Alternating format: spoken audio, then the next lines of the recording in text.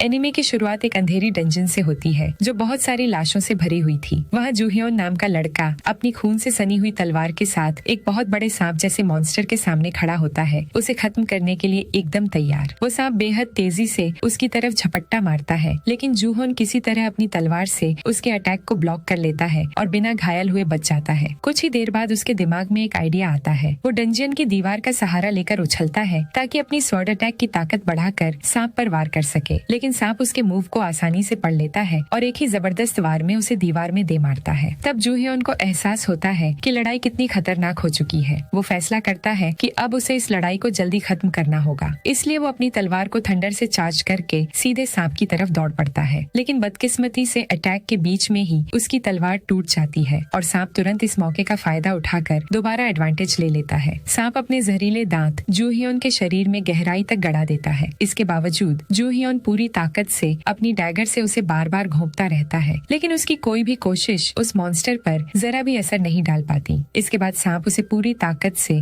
जमीन पर पटक देता है और धीरे धीरे उसके शरीर को निगलना शुरू कर देता है, जबकि जूहोन दर्द से चीख रहा होता है। जब उसका आधा शरीर निगला जा चुका होता है, तब सांप कुछ पल तक उसे घूरता रहता है, मानो आखिरी बाइट देने की तैयारी कर रहा हो। अचानक जूहियोन के अंदर गुस्से की भयानक लहर उठती है और वो डिसाइड करता है कि वो किसी कायर की तरह मरने वाला नहीं है। वो मान लेता है कि मौत उसके सामने खड़ी है, लेकिन जैसे ही सांप उसे पूरी तरह खत्म करने वाला होता है, अचानक उसके आसपास का टाइम रुक जाता है। तभी उसे एक अजीब और अनजान आवाज सुनाई देती है जो उसका मजाक उड़ाते हुए उसे एक बेहद पिटीफुल ह्यूमन बीइंग कहती है। जूहियोन उस आवाज को साफ साफ सुन लेता है और सोचने लगता है कि आखिर ये आवाज आ कहां से रही है। वहीं दूसरी तरफ वो रहस्यमयी आवाज भी इस बात से हैरान हो जाती है कि जूहियोन किसी तरह उसे सुन पा रहा है। जूहियोन समझाता है कि वो हमेशा से रेलिक्स की आवाजें सुन सकता है। वो ये भी कहता है कि उसे महसूस हो रहा है कि वो कोई डिवाइन ऑब्जेक्ट है, इसलिए वो उससे कहता है कि वो उस सांप जैसे मॉन्स्टर को मार दे और उसे वहाँ से बाहर निकलने दे। जवाब में वो आवाज सिर्फ हंसती है और उसे याद दिलाती है कि उसका आधा शरीर पहले ही सांप ने खा लिया है, इसलिए अगर वो सांप को मार भी दे तब भी उसके बचने का कोई चांस ही नहीं है। इसके बाद वो कहती है कि सच में उसकी किस्मत बहुत खराब रही है, क्योंकि वो बेमिसाल टैलेंट लेकर पैदा हुआ था, लेकिन उसकी बदकिस्मती थी कि उसका जन्म गलत टाइम में हुआ। इसी वजह से उसे पूरी जिंदगी तकलीफें झेलनी पड़ी और अब वो अपने शानदार और चालाक ट्रिक्स का पूरा इस्तेमाल किए बिना ही मरने वाला है। ये सब सुनकर जूहियोन के अंदर पहले से भी ज्यादा गुस्सा भर जाता है। उसे नहीं पता कि वो ये कैसे करेगा, लेकिन वो पूरे दिल से कसम खाता है कि चाहे कितनी भी कीमत चुकानी पड़े या कितना भी टाइम लग जाए, वो टेजुन कोन नाम के आदमी को जरूर मारेगा। उसके इंटेंशंस और उसके अंदर छिपी हुई कैपेसिटी को महसूस करके वो आवाज अचानक एक क्रो का रूप ले लेती है और उसके सामने अपीयर होकर कहती है कि उसने उसे जिंदगी का दूसरा मौका देने का फैसला किया है। वो कहती है कि वो ये देखने के लिए बहुत एक्साइटेड है कि क्या इस बार वो आखिरकार किंग का थ्रोन हासिल कर पाएगा या नहीं। इसके बाद वो क्राउ एक पावरफुल एनर्जी वेव छोड़ता है जो सीधे जूहोन के शरीर में समा जाती है। कुछ देर तक वो एनर्जी उसके पूरे शरीर में घूमती रहती है और फिर अचानक जूहोन खुद को एक पब्लिक बिल्डिंग जैसी जगह के अंदर बैठा हुआ पाता है। वो पूरी तरह शॉक में आ जाता है क्योंकि उसे एहसास होता है कि किसी तरह उसके पैर पूरी तरह ठीक हो चुके हैं, लेकिन उससे भी बड़ा झटका उसे तब लगता है जब वो देखता है कि वो एक पुलिस स्टेशन के अंदर बैठा हुआ है और उसे बिल्कुल याद नहीं कि वो वहाँ पहुँचा कैसे। तभी पास खड़ा एक पुलिस ऑफिसर उसे बताता है कि वो एक चल रही इन्वेस्टिगेशन के बीच में है और उसे उसका नाम पूछता है, लेकिन जूहियोन चुपचाप बैठा रहता है। उसका पूरा ध्यान इसी बात पर लगा होता है कि कहीं उसका दोबारा जिंदा होना उस डिवाइन क्रो की वजह से तो नहीं। तभी वो दूसरे पुलिस ऑफिसर्स को आपस में बात करते हुए सुनता है कि अभी अभी साल 2025 शुरू हुआ है और आज साल का पहला दिन है। ये बात सुनते ही जूहियोन पूरी तरह शॉक्ड रह जाता है क्योंकि ये वही साल था जो उसके टाइम से ठीक 15 साल पहले था। धीरे धीरे वो इस नतीजे पर पहुंचता है कि किसी तरह उसे पूरे 15 साल पास्ट में भेज दिया गया है। इसी बीच एक ऑफिसर उसके पास आकर उसे सवालों का जवाब न देने के लिए डांटने लगती है, लेकिन जूहोन को ऐसा महसूस होता है कि उसने उस ऑफिसर को पहले कहीं देखा है। उसे याद आता है कि वो भूरे बालों वाले लड़के यू की माँ है जो पास में बैठा हुआ है। उसे ये भी याद आता है कि वे पुलिस स्टेशन इसलिए आए थे क्योंकि उन्हें एक लड़ाई के बाद पकड़ लिया गया था जिसकी शुरुआत साफ तौर पर यू ने की थी। फिर जूहोन सोचने लगता है कि उसने 15 साल पहले इस परेशानी को कैसे सुलझाया था। उसे याद आता है कि उस टाइम उसे नुकसान की भरपाई के नाम पर बहुत बड़ी रकम मांगी गई थी और क्योंकि वो पूरी तरह कंगाल था इसलिए उसने घुटनों के बल बैठकर सबसे माफी मांग ली थी। यू की माँ देखती है कि जूहोन उसकी एक भी बात नहीं सुन रहा है, इसलिए वो उसे थप्पड़ मारने की कोशिश करती है, लेकिन जूहोन तुरंत उसका हाथ पकड़ लेता है और ऊंची आवाज में कहता है कि लड़ाई की शुरुआत उसके बेटे ने की थी और वो लोग कंपेंसेशन के नाम पर जरूरत से ज्यादा पैसे मांग रहे हैं। यू को बिल्कुल पसंद नहीं आता कि जूहोन उसकी माँ से इस तरह बात करे, इसलिए वो तुरंत उसे मुक्का मारने की कोशिश करता है, लेकिन जूहोन आसानी से उसके पंच को डोज कर देता है और उसे जमीन पर गिरा देता है। ये देखकर जूहोन खुद भी एक पल के लिए हैरान रह जाता है, क्योंकि उसका शरीर उम्मीद से कहीं ज्यादा हल्का महसूस हो रहा था। तब वो सोचने लगता है कि क्या पिछले 15 सालों में सीखी गई उसकी सारी कॉम्बैट स्किल्स अब भी उसके इस यंग बॉडी में मौजूद है। अगर ऐसा सच है तो उसे एहसास होता है कि उसकी किस्मत वाकई बहुत अच्छी है। आखिर में जूहोन एग्रेसिव बिहेवियर की वजह से एक डिटेंशन सेल में बंद कर दिया जाता है। पास में यू की माँ की लगातार शिकायतें सुनकर उसका सिर चकराने लगता है। फिर भी वो जानता है कि ये सब ज्यादा टाइम तक मायने नहीं रखेगा, क्योंकि जल्द ही रेलिक्स दुनिया में दिखाई देना शुरू हो जाएंगी। साल 2025 में दुनिया के कई हिस्सों में भयानक अर्थक्वेक्स आए और अचानक कई एंशिएंट टॉम्ब्स अपीयर हो गईं। उन टॉम्ब्स के अंदर ऐसी रिलिक्स मौजूद थीं जिनका जिक्र मिथ्स, फैबल्स और पुरानी लोक कथाओं में किया गया था। पीढ़ियों से सुनाई जाने वाली वे कहानियां असल में सच निकली, क्योंकि उनमें छिपी हुई पावर्स असली थीं। जो भी उन रिलिक्स का मालिक बनता, उसे अलग अलग तरह की सुपरनैचुरल एबिलिटीज मिल जाती थी। इसी वजह से पूरी दुनिया रिलिक्स की तलाश में निकल पड़ी। उस टाइम जूहोन भी इस खोज में शामिल हुआ था और आखिरकार उसे आर्कियोलॉजिस्ट रेलिक के नाम से जानी जाने वाली एक रेलिक मिल गई।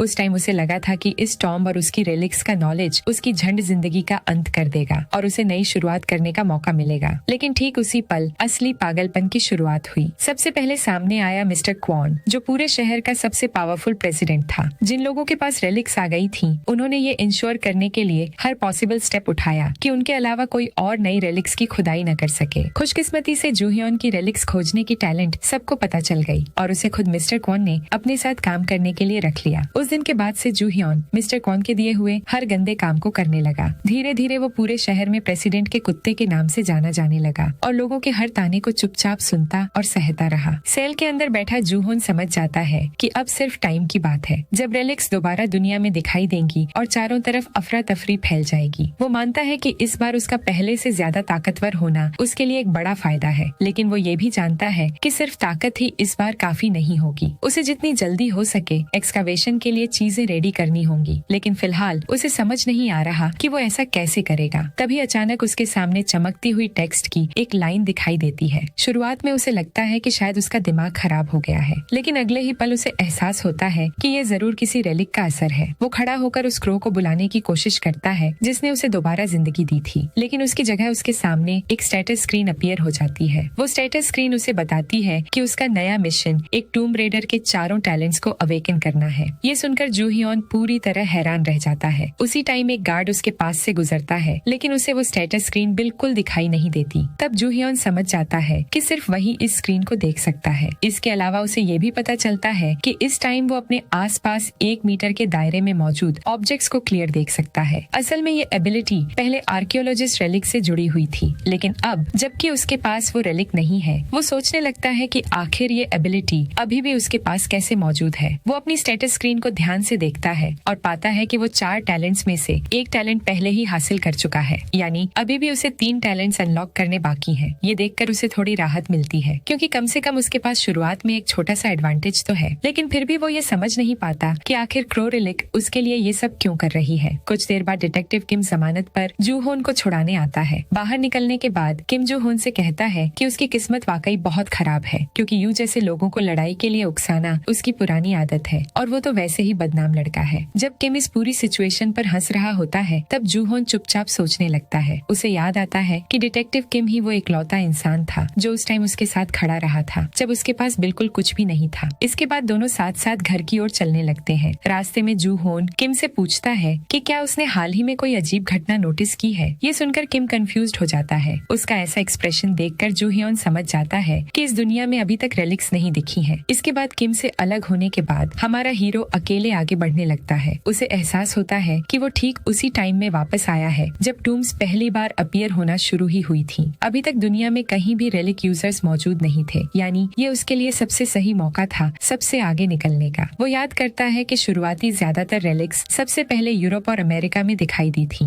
फिर भी जूहियोन लगातार पैसे जुटाने का तरीका सोचता रहता है, क्योंकि उसे एयरप्लेन टिकट्स खरीदनी होंगी। तभी वो एक गली में मुड़ता है और सीधे उसी गैंग के सामने पहुंच जाता है जिसके लिए वो अपनी पिछली जिंदगी में काम करता था। उन्हें देखते ही वो मन ही मन मुस्कुराता है और कहता है कि उसे अपनी लॉटरी मिल गई। अपनी पिछली जिंदगी में पैसों की मजबूरी की वजह से उसे इसी गैंग के लिए काम करना पड़ा था। उस दौरान उन्होंने उन्होंने उसके साथ कुत्ते से भी बदतर बिहेव किया था। तभी गैंग का एक मेंबर जूहियोन के चेहरे पर थप्पड़ मारने की कोशिश करता है, लेकिन जूहियोन एक तेज मूव में ही उसे जमीन पर गिरा देता है। इसके बाद वो बाकी गैंग मेंबर्स की तरफ मुड़कर कहता है कि वो नौकरी छोड़ रहा है, अब उन्हें बस उसकी रुकी हुई सैलरी और कॉम्पेंसेशन चुका देनी चाहिए। लेकिन गैंग पीछे हटने से साफ इनकार कर देती है और सभी लोग एक साथ जूहियोन पर हमला कर देते हैं। हालांकि जूहियोन अपनी मार्शल आर्ट स्किल्स की मदद से एक एक करके सभी को आसानी से गिरा देता है। गैंग के सभी मेंबर्स उसकी फाइटिंग स्किल्स देखकर पूरी तरह हैरान रह जाते हैं, क्योंकि उन्होंने हमेशा जूहोन को लड़ाई के मामले में एक निकम्मा इंसान ही समझा था। कुछ देर बाद जूहोन महसूस करता है कि उसके हाथ कांपने लगे हैं, इसलिए वो फैसला करता है कि अब इस लड़ाई को जल्दी खत्म करना होगा। आखिर में सिर्फ गैंग का बॉस ही खड़ा बचता है। जूहियोन को हराने की आखिरी कोशिश में वो एक खास नाइफ निकालता है और उसकी तरफ दौड़ने की तैयारी करता है, लेकिन जूहोन उसी पल उस ब्लेड को पहचान लेता है और तुरंत समझ जाता है कि वो एक रेलिक है। उसे समझ नहीं आता कि एपोकलिप्स की शुरुआत में ही ऐसी रेलिक यहाँ कैसे मौजूद हो सकती है, लेकिन एक बात वो पूरी तरह जानता है, वो रेलिक अब उसकी होने वाली है। वो बॉस के हाथ से डैगर छीन लेता है और बाकी गैंग मेंबर्स को अपनी असली स्ट्रेंथ दिखाने का फैसला करता है। वो वेपन उसकी स्पीड और स्ट्रेंथ दोनों को जबरदस्त बढ़ा देता है, जिसकी वजह से वो कुछ ही सेकंड्स में सभी गैंग मेंबर्स को हरा देता है। कई लोगों को नाइफ से घायल करने के बाद बाकी मेंबर्स की पूरी हिम्मत टूट जाती है और वे सिर्फ वहाँ से भागकर अपने घर लौटना चाहते हैं। उसी टाइम शांग गैलरी में वहाँ की एक लेडी को उसके सबॉर्डिनेट का फोन आता है। वो बताता है कि जूहोन अचानक बेहद ताकतवर हो गया, उसने अकेले ही सबको हरा दिया, उसके अकाउंट का एक एक येन ले लिया और यहाँ तक कि फ्यूरियस बुद्धा स्टैच्यू भी अपने साथ ले गया। ये सुनकर वो उसे बेवकूफ कहती है और तुरंत स्टैच्यू वापस लाने का ऑर्डर देती है। इसी दौरान जूहियोन शहर में बुद्धा स्टैच्यू उठाए घूम रहा होता है और सोच रहा होता है कि इसके साथ क्या किया जाए। इससे पहले वो इसे एक पॉन शॉप में ले गया था, लेकिन अप्रेजर ने कहा था कि इस स्टैच्यू की लगभग कोई कीमत नहीं है। फिर भी जूहियोन को इस बात पर बिल्कुल विश्वास नहीं होता। उसने अराई के गैंग बॉस को इसे वापस पाने के लिए जितना बेताब देखा था, उससे उसे पूरा यकीन हो जाता है कि इसमें जरूर कोई खास बात है। वो अपनी अप्रेजल स्किल का इस्तेमाल करता है और पता लगाता है कि स्टैच्यू के अंदर कोई अजीब चीज छिपी हुई है। फिर वो अपनी सोर्ड से स्टैच्यू को सावधानी से खोलता है और उसके अंदर एक छोटी बॉटल पाता है जो किसी लिक्विड से भरी होती है। ये देखकर उसके चेहरे पर बड़ी मुस्कान आ जाती है, क्योंकि उसे एहसास हो जाता है कि पॉन शॉप में इसे न बेचकर उसने बहुत बड़ी गलती होने से बचा लिया। उधर गैलरी में डिटेक्टिव किम आरए को हथकड़ी लगाकर वहाँ लाता है। वो सीईओ से कहता है कि पुलिस को इस जगह इलीगल ड्रग्स बेचने की शिकायत मिली थी। महिला तुरंत सब कुछ नकार देती है और कहती है कि वे लोग सिर्फ आर्टवर्क्स का बिजनेस करते हैं, लेकिन डिटेक्टिव किम उसे नाटक बंद करने के लिए कहता है, क्योंकि पुलिस को उसके वेयरहाउस के अंदर सारे सबूत मिल चुके हैं। ये सुनकर वो महिला हैरान रह जाती है कि पुलिस को वेयरहाउस के बारे में पता भी कैसे चला, लेकिन अगले ही पल वो खुद को शांत कर लेती है, क्योंकि उसे भरोसा होता है कि अंदर के सभी रूम्स पासवर्ड से सेफ हैं। तभी किम के वॉकी टॉकी पर एक ऑफिसर रिपोर्ट देता है कि उन्होंने वेयरहाउस के सभी रूम्स की तलाशी ले ली है और वहाँ बड़ी मात्रा में ड्रग्स बरामद हुई है। ये सुनकर महिला पूरी तरह सदमे में आ जाती है। सभी रूम्स तो पासवर्ड से लॉक्ड थे, फिर पुलिस अंदर पहुंची कैसे? तभी उसे गिरफ्तार करके ले जाया जाने लगता है। उसी टाइम डिटेक्टिव किम अपना फोन उस लेडी के कान के पास ले जाता है। दूसरी तरफ जूहोन होता है, जो कहता है कि पासवर्ड टाइम टू टाइम पर बदलते रहना चाहिए था। उसकी आवाज सुनते ही महिला समझ जाती है कि इस पूरे मामले के पीछे जूहोन ही था और वो गुस्से में उसका नाम चिल्लाने लगती है, जबकि पुलिस उसे वहाँ से ले जाती है। घर लौटते टाइम जूहोन को डिटेक्टिव किम का मैसेज मिलता है, जिसमें लिखा होता है कि उसकी दी गई जानकारी के बदले मिलने वाला 10,000 वॉन का रिवॉर्ड जल्द ही उसके अकाउंट में भेज दिया जाएगा। आखिरकार उसका शुरुआती कैपिटल तैयार हो चुका था, इसलिए वो सोचता है कि अब घर जाकर थोड़ा आराम करेगा और कल की तैयारी करेगा, क्योंकि अगले दिन टॉम्स की खोज आखिरकार शुरू होने वाली थी। लेकिन घर पहुंचते ही उसे एक बहुत बड़ा झटका लगता है। जहां पहले उसका घर हुआ करता था, वहां अब एक अजीब टूम खड़ी थी। जूहियोन सावधानी से आगे बढ़ता है और वहां सीआईए एजेंट लिंडा को किसी से बात करते हुए सुनता है। वो कहती है कि उनकी किस्मत अच्छी है कि अभी तक किसी को ये पता नहीं चला कि ये अजीब स्ट्रक्चर असल में एक टॉम्ब है, इसलिए वे लोग अगले दिन सुबह सुबह एक्सप्लोसिव्स का इस्तेमाल करके इसे खोलने वाले हैं। कुछ ही देर बाद लिंडा की मुलाकात जापानीज एक्सकावेशन टीम के मेंबर केंशी से होती है। अपने पुराने रिश्ते की वजह से लिंडा उसे तुरंत चोर कह देती है, लेकिन केंशी जवाब देता है कि मासूम बनने का नाटक मत करो, क्योंकि दोनों अच्छी तरह जानते हैं कि वे यहाँ असल में किस चीज की तलाश में आए हैं। जूहोन उनकी पूरी बातचीत चुपचाप सुन लेता है और समझ जाता है कि वे लोग एक्सप्लोसिव से टॉम को जबरदस्ती खोलने का प्लान बना रहे हैं। ये सुनते ही उसे एहसास हो जाता है कि अभी तक कोई भी ऐसा असली एक्सपर्ट मौजूद नहीं है जो टूम्स के असली खतरे को समझता हो। ये बात उसके लिए अच्छी खबर होती है, क्योंकि इसका मतलब है कि इस टाइम वहाँ सबसे एक्सपीरियंस्ड इंसान वो खुद है। तभी अचानक जमीन पर अजीब लाल रंग के सिंबल्स फैलने लगते लगते हैं। जू होन उन्हें तुरंत पहचान लेता है। वे टॉम ग्लिफ्स थे। इन प्राचीन ग्लिफ्स के अंदर टॉम से जुड़ी बेहद इंपॉर्टेंट इंफॉर्मेशन छिपी होती है। जो भी इन्हें पढ़ सकता है वो टूम का हिडन एंट्रेंस ढूंढ सकता है और अंदर मौजूद ट्रैप्स की लोकेशन भी पहले से जान सकता है। जू हियोन ध्यान से ग्लिफ्स का स्टडी करता है और तभी उसका सिस्टम एक्टिवेट हो जाता है। उसके सामने एक नोटिफिकेशन आती है कि उसने लिंग्विस्टिक स्किल हासिल कर ली है। ये नई स्किल सभी लैंग्वेजेस को समझने की उसकी कैपेसिटी को काफी बढ़ा देती है। अब वे अजीब सिंबल्स अचानक उसके लिए बिल्कुल आसान हो जाते हैं। कुछ देर तक इंस्क्रिप्शंस पढ़ने के बाद जू हियोन जल्दी ही हिडन एंट्रेंस का पता लगा लेता है। बिना टाइम वेस्ट किए वो एंट्रेंस को एक्टिवेट करता है और अपनी स्वॉर्ड से उस जगह पर वार करता है। जैसे ही उसका अटैक लगता है, आसमान तक पहुंचने वाला एक जबरदस्त एक्सप्लोजन होता है और उसकी शॉकवेव पूरे इलाके में फैल जाती है। इस तेज धमाके की आवाज तुरंत सभी का ध्यान अपनी ओर खींच लेती है, जिनमें लिंडा और केंशी भी शामिल थे। दोनों जल्दी से एक्सप्लोजन की डायरेक्शन में मुड़ते हैं और देखते हैं कि टूम का एंट्रेंस अपने आप खुल रहा है। उन्हें डर होता है कि अगर एंट्रेंस दोबारा बंद हो गया तो मौका हाथ से निकल जाएगा, इसलिए दोनों पूरी स्पीड से उसकी ओर दौड़ते हैं और सीधे अंदर छलांग लगा देते हैं। इस बीच जू हियोन आराम से टूम की गहराइयों में आगे बढ़ता रहता है। कुछ देर चलने के बाद वो एक सुनसान पॉन्ड तक पहुंचता है, जिसे वो अपनी फ्यूचर मेमोरीज की वजह से तुरंत पहचान लेता है। उसे पहले से ही पता था कि उस पानी के नीचे क्या छिपा हुआ है। अगर उस पॉन्ड में कोई रेलिक फेंकी जाए तो वहाँ बहुत सालों से सो रही खतरनाक सरपेंट जाग उठती है। बिना एक पल गवाए जू होन अपनी स्वॉर्ड पानी में फेंक देता है। जैसे ही ऐसा होता है, शांत पॉन्ड में तुरंत विशाल लहरें उठने लगती हैं। कुछ ही देर बाद वो खतरनाक सरपेंट धीरे धीरे पानी से बाहर निकलती है और अपनी आंखें खोल देती है। वो अपने नए मेहमान का वेलकम करती है, फिर अपना बड़ा मुंह खोलती है। उसके मुंह के अंदर 2 हाई लेवल रिलिक वेपन्स मौजूद होती हैं। सरपेंट जूहोन से पूछती है कि इन दोनों में से उसकी कौन सी वेपन खो गई थी। जूहोन पहले से ही जानता था कि ये सब सिर्फ एक टेस्ट है। फ्यूचर में कई लालची टॉम रेडर्स इस टेस्ट में इसलिए हार गए थे क्योंकि उन्होंने झूठ बोलकर दावा किया था कि उन कीमती वेपन्स में से एक उनकी है। सरपेंट ऐसे हर इंसान को तुरंत मार देती थी जो बेईमानी से जवाब देता था। अपनी सीखी हुई बात याद रखते हुए जूहोन शांत आवाज में जवाब देता है कि उन दोनों वेपन्स में से कोई भी उसकी नहीं है। उसकी ईमानदारी से सरपेंट बहुत खुश हो जाती है। वो उसकी तारीफ करती है और फिर उसकी असली डैगर उसे वापस लौटा देती है। सब कुछ बिल्कुल वैसा ही हो रहा था जैसा जूहोन ने पहले से सोचा था। वो शांति से सरपेंट से पूछता है कि क्या वो अपनी वेपन को थोड़ा और करीब से देख सकता है। सरपेंट एक पल के लिए अपनी सावधानी छोड़ देती है, लेकिन रिवॉर्ड को शांति से एक्सेप्ट करने के बजाय जूहियोन अचानक हमला कर देता है। वो अपनी स्वॉर्ड वापस लेता है और बिना किसी चेतावनी के सरपेंट पर वार कर देता है। सरपेंट दर्द से जोरदार चीख निकालती है और जूहियोन से पूछती है कि आखिर उसने टेस्ट पास करने के बाद भी उस पर हमला क्यों किया। जूहियोन बिना झिझक जवाब देता है। वो समझाता है कि उसे रेलिक्स पर बिल्कुल भी भरोसा नहीं है। किसी रेलिक का टेस्ट पास कर लेने का मतलब ये नहीं होता कि बदले में हमेशा सही रिवॉर्ड ही मिले। हमेशा ये पॉसिबिलिटी रहती है कि रेलिक की कोई और इंटेंशन हो। उसे एक और टूम रेडर की कहानी भी याद आती है जिसने एक रेलिक का टेस्ट आराम से पास कर लिया था, लेकिन बाद में अपनी मेंटल स्टेट खो बैठा और एक सीरियल किलर बन गया। ऐसी कहानियां सुनने के बाद जूहोन किसी भी तरह का बेवजह रिस्क लेने के मूड में नहीं है। अगर जरा सी भी पॉसिबिलिटी है कि सरपेंट उसके साथ बेट्रायल कर सकती है तो वो उस खतरे को हमेशा के लिए खत्म करना ही बेहतर समझता है। ये सुनकर सरपेंट गुस्से से भर जाती है और सीधे उसकी ओर हमला कर देती है। जूहियोन तुरंत रिएक्ट करता है। वो ऊंची छलांग लगाता है और अपनी स्वॉर्ड पूरी ताकत से सरपेंट के शरीर में गहराई तक घोंप देता है। दर्द से एक और भयानक चीख पूरी चेम्बर में गूंज उठती है। इतनी सीरियस चोट लगने के बाद भी सरपेंट गिरने से इनकार कर देती है। जूहियोन समझ जाता है कि आम हमले काफी नहीं होंगे, इसलिए वो अपनी डोमिनेशन टेक्निक एक्टिवेट कर देता है। उसके बॉडी से एक पावरफुल एनर्जी वेव निकलकर सीधे सरपेंट के बॉडी में एंटर करती है। सरपेंट एक बार फिर दर्द से चीख उठती है क्योंकि डोमिनेशन टेक्निक धीरे धीरे उसकी विल पावर को अपने कंट्रोल में लेने लगती है। डोमिनेशन एक ऐसी स्किल है जो अपने यूजर को किसी रेलिक को जबरदस्ती अपने ऑर्डर मानने पर मजबूर करने की पावर देती है। ये एफिनिटी के बिल्कुल ऑपोजिट होती है। एफिनिटी में रेलिक के साथ ट्रस्ट बनाकर उसे कंट्रोल किया जाता है। हालांकि इन दोनों तरीकों में से किसी को भी परफेक्ट नहीं माना जाता। किसी रेलिक और उसके यूजर के बीच सबसे आइडियल रिलेशनशिप कंपैटिबिलिटी कहलाता है, जिसमें दोनों एक दूसरे को नेचुरल रूप से समझते हैं और एक ही शरीर की तरह साथ मिलकर लड़ते हैं। इसकी तुलना अक्सर किसी महान म्यूजिशियन और उसके पसंदीदा इंस्ट्रूमेंट के बीच मौजूद गहरे संबंध से की जाती है। लगातार डोमिनेशन का इफेक्ट झेलने के बावजूद सरपेंट हार मानने से इनकार कर देती है। वो अपनी पूरी ताकत से लड़ती रहती है और जूहोन के कंट्रोल को रिजेक्ट करती रहती है। जब जूहोन देखता है कि वो अब भी झुकने को तैयार नहीं है तो वो अपना सब कुछ आखिरी हमले पर दांव लगाने का फैसला करता है। वो अपनी डोमिनेशन टेक्निक में और भी ज्यादा पावर भर देता है और उसे सीधे अपनी स्वॉर्ड के जरिए सरपेंट के शरीर में पहुंचाता है। वो एनर्जी सरपेंट के पूरे बॉडी को चीरते हुए गुजरती है, जिससे वो बार बार दर्द से चीखने लगती है। ये लड़ाई कुछ और देर तक जारी रहती है, लेकिन आखिरकार सरपेंट अपनी सीमा तक पहुंच जाती है। आखिर में जूहियोन की डोमिनेशन टेक्निक पूरी तरह सरपेंट का काम तमाम कर देती है। अपनी शर्तों पर टेस्ट पूरा करने के बाद जूहियोन ऑफिशियली सरपेंट को अपनी नई रेलिक बना लेता है। रिवॉर्ड के रूप में उसे एक गोल्ड एक्स और एक सिल्वर एक्स मिलती है। उसी टाइम उसके सामने सिस्टम की एक नोटिफिकेशन दिखाई देती है, जिसमें बताया जाता है कि उसकी ओवरऑल स्टेटिस्टिक्स एक बार फिर बढ़ गई है। जूहियोन कुछ देर रुककर अपनी नई स्टैट्स को ध्यान से देखता है और अपने फैसले के नतीजे से पूरी तरह सेटिस्फाइड हो जाता है। कुछ टाइम बाद लिंडा और केंशी भी आखिरकार उस पॉइंट तक पहुंच जाते हैं। उन्हें लगता है कि वे टेस्ट का तरीका समझ चुके हैं, इसलिए वे भी उसी तरह एक रेलिक पानी में फेंक देते हैं। लेकिन इस बार बिल्कुल कुछ नहीं होता। पॉन्ड पूरी तरह शांत रहता है। दोनों हैरानी से पानी को देखते रहते हैं और समझ ही नहीं पाते कि टेस्ट शुरू क्यों नहीं हुआ। उन्हें बिल्कुल भी अंदाजा नहीं होता कि जूहोन पहले ही टेस्ट पूरा करके उस रेलिक पर अपना कब्जा कर चुका है। इससे पहले कि वे और जांच कर पाते, पूरी केव जोर जोर से कांपने लगती है। दीवारों पर बड़ी बड़ी दरारें फैल जाती हैं और छत से चट्टानें गिरने लगती हैं। ये समझते ही कि पूरी टूम ढह रही है, लिंडा और केंशी जल्दी से टेस्ट छोड़ देते हैं और जितनी तेजी से हो सके एग्जिट की ओर भागते हैं। वे बहुत मुश्किल से बाहर निकलने में कामयाब हो पाते हैं, इससे पहले कि पैसेज पूरी तरह हमेशा के लिए बंद हो जाए। दूसरी ओर गैलरी में वापस बचे हुए गैंग मेंबर्स अब भी गुस्से से भरे हुए थे। उनका बॉस गिरफ्तार हो चुका था, उनकी सारी ड्रग्स जब्त कर ली गई थी और जिस चीज के लिए उन्होंने इतनी मेहनत की थी वो सब जूहियोन की वजह से बर्बाद हो गया था। गैंग का एक मेंबर जिसका नाम नोबोरू था, गुस्से में कसम खाता है कि जूहियोन ने जो कुछ भी उनके साथ किया है उसका बदला वो जरूर लेकर रहेगा। उसी टाइम उसका फोन बजने लगता है और वो हैरान रह जाता है क्योंकि कॉल करने वाला खुद जूहोन होता है। जैसे ही नोबोरू कॉल उठाता है, जूहोन उससे कहता है कि फालतू की बातें छोड़कर वो सीधे मुद्दे की बात करेगा। वो चाहता है कि नोबोरू बाकी गैंग मेंबर्स को भी इकट्ठा करे क्योंकि उसके पास उन सबके लिए एक काम है। जूहियोन बताता है कि उसका अगला टारगेट माइडास है, जो दुनिया का सबसे बड़ा सीक्रेट ऑक्शन हाउस है। ये लास वेगस में है और उसे यकीन है कि वहाँ ऐसी कीमती जानकारी मौजूद है जो फ्यूचर में होने वाली इवेंट्स की तैयारी करने में उसकी मदद करेगी। अगर वो वहाँ तक पहुँचने में कामयाब हो गया तो उसे बाकी सभी लोगों से बहुत बड़ी बढ़त मिल जाएगी। वो नोबोरू और उसके आदमियों को ऑर्डर देता है कि वे इस महीने होने वाली ऑक्शन में शामिल हों, कुछ खास आइटम्स खरीदें और जैक केमैन, जिसे जेके के नाम से भी जाना जाता है, उस पर खास नजर रखें। हालांकि जूहोन मन ही मन सोचता है कि जेके असल में ओगावारा की असली पहचान नहीं है। नोबोरू तुरंत उसे बताता है कि माइडास के अंदर एंटर होना लगभग नामुमकिन है। वहाँ सिर्फ बेहद अमीर और इम्प्रेसिव लोगों को ही एंट्री मिलती है। लेकिन जूहोन उसे बेफिक्र रहने के लिए कहता है। वो वादा करता है कि अगर वे ये काम पूरा कर देंगे तो वो उन्हें बहुत अच्छा खासा पैसा देगा। फिर शांत आवाज में वो उन्हें कहता है कि उनके पास सिर्फ दो ही ऑप्शंस हैं, या तो ये मिशन एक्सेप्ट कर लें या फिर उसे दोबारा बुरी तरह पिटने के लिए तैयार रहें। पिछली बार की बेरहमी से हुई पिटाई याद आते ही नोबोरू और बाकी सभी गैंग मेंबर्स तुरंत फैसला कर लेते हैं कि ये मिशन एक्सेप्ट करना ही सबसे बेहतर रहेगा। अगले दिन जूहियोन फिर से रेलिक्स की तलाश में निकलने की तैयारी करता है। कहीं जाने से पहले वो सड़क के दूसरी तरफ लगी एक बड़ी स्क्रीन पर चल रही न्यूज ब्रॉडकास्ट देखता है। रिपोर्टर बताता है कि बिना किसी रीजन के इस महीने चौथा मर्डर केस हो चुका है। रिपोर्ट के अकॉर्डिंग सस्पेक्ट ने खुद को आग लगाकर अपनी जान लेने की कोशिश की। ये सुनते ही जूहियोन समझ जाता है कि सब कुछ बिल्कुल उसी तरह हो रहा है जैसा फ्यूचर में टूम्स के अपीयर होने से पहले हुआ था, यानी टाइमलाइन उतनी नहीं बदली जितनी उसने उम्मीद की थी। आगे चलते हुए जूहियोन की अचानक केंशी से टक्कर हो जाती है, जिसे वो तुरंत पहचान लेता है। केंशी को वहाँ देखकर जूहियोन एक इम्पोर्टेंट बात समझ जाता है। अगर केंशी यहाँ मौजूद है तो इसका मतलब लगभग तय है कि एक और टूम बहुत जल्द अपीयर होने वाली है। जूहियोन ये भी नोटिस करता है कि केंशी अपने साथ एक रेलिक लेकर चल रहा है, लेकिन ये साफ दिखाई देता है कि वो एक झंडू है, क्योंकि उसने रेलिक की ऑरा तक छिपाने की कोशिश नहीं की। कोई भी एक्सपीरियंस्ड इंसान उसे आसानी से महसूस कर सकता था। केंशी अभी भी गुस्से में जूहियोन पर चिल्ला ही रहा होता है, लेकिन जूहियोन चुपचाप मौके का फायदा उठाकर उसका रेलिक चुरा लेता है। तभी अचानक उनके पैरों के नीचे की जमीन जोर जोर से कांपने लगती है। जूहोन समझ जाता है कि एक और टॉम्ब अपीयर हो रही है। वो बिना एक सेकंड गवाए उस जगह की ओर दौड़ पड़ता है जहाँ से अर्थक्वेक महसूस हो रहा था। उसका इरादा था कि वो किसी और से पहले वहाँ पहुँचे। लगभग उसी टाइम केंशी का फोन भी बज उठता है। उसे लगता है कि ये कोई आम सी इन्फॉर्मेशन होगी, इसलिए वो बिना ज्यादा ध्यान दिए कॉल उठा लेता है। लेकिन दूसरी तरफ उसका साथी उसे एक चौंका देने वाली बात बताता है। वो कहता है कि गोल्ड एक्स और सिल्वर एक्स लेकर घूमने वाला कोरियन आदमी उसके आसपास दिखाई दिया है। जैसे ही केंशी ये सुनता है, उसके दिमाग में अचानक सारी बातें साफ हो जाती हैं। आखिरकार उसे समझ आ जाता है कि शुरुआत से ही जूहोन ही वही मिस्टीरियस आदमी था जिसके बारे में प्रेडिक्शन की गई थी। लेकिन क्या फायदा, क्योंकि जूहोन पहले ही उसे चुना लगाकर वहाँ से जा चुका होता है और इसी सीन पर ये पार्ट यहीं खत्म हो जाता है। वीडियो कैसा लगा कमेंट में जरूर बताना। और हाँ, वीडियो आने में लेट हो रहा है उसके लिए माफ करना, बट अब से कोशिश करूंगी कि वीडियो कंसिस्टेंट लाऊं, तो सपोर्ट जरूर करना। मिलते हैं तब ब्रांड न्यू वीडियो के साथ, तब तक के लिए बाय बाय।